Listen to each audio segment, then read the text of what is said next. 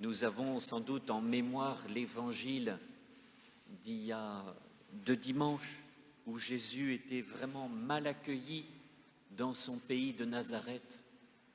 Et on s'aperçoit aujourd'hui que aussi au bord du lac, là où Jésus avait élu domicile, eh bien on ne l'a pas accueilli, on n'a pas cru en lui.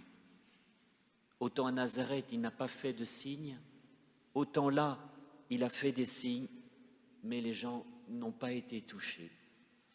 Et là, c'est vraiment poignant. On voit que Jésus est profondément déçu. Malheur es-tu, Chorazine, malheureuse es-tu, Bethsaïde. Ce sont des villes qui ne sont pas connues, sauf Bethsaïde était la ville d'André et de Pierre. Jésus aimait certainement y séjourner, avec bien sûr Capharnaüm.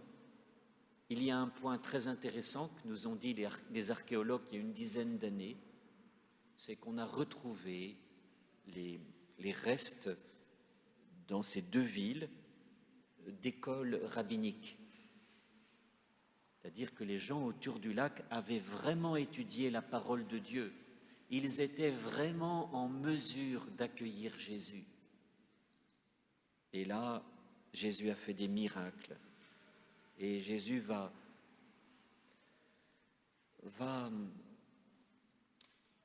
comparer ces villes aux villes qui ont rejeté les prophètes.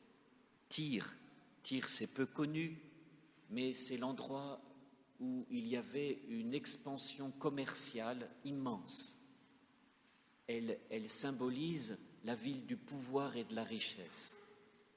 Sidon, au sud du Liban actuel, c'est la ville, on pourrait dire, de l'idolâtrie. Toutes les déesses féminines de la fécondité, de la fertilité se trouvaient là.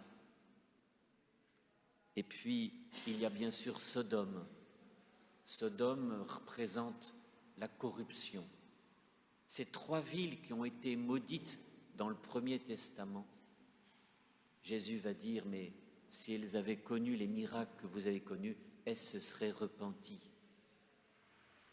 Et donc là, le jugement de Jésus est, dans sa grande déception, est très forte.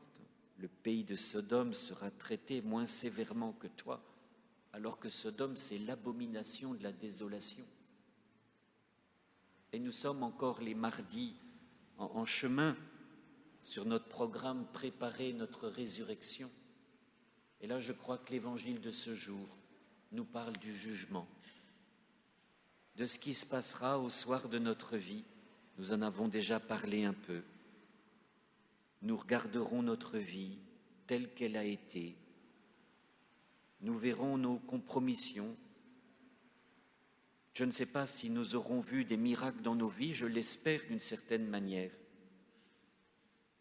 Mais nous espérons que la profondeur de notre cœur sera touchée. Et si notre cœur sera touché, nous pourrons avoir la force de tendre les mains et d'accueillir la miséricorde, malgré toutes nos compromissions, et moi le premier. En tout cas, cet évangile, cette profonde déception de Jésus, elle nous marque, elle marque notre Église, comme nous a marqué le mauvais accueil qu'ont fait les habitants de Nazareth, qui étaient trop habitués à Jésus. Et nous sommes, je l'ai dit l'autre dimanche, nous sommes les descendants de ces gens de Nazareth. Jésus fait partie de notre monde et ayons des yeux pour l'accueillir de nouveau aujourd'hui. Amen.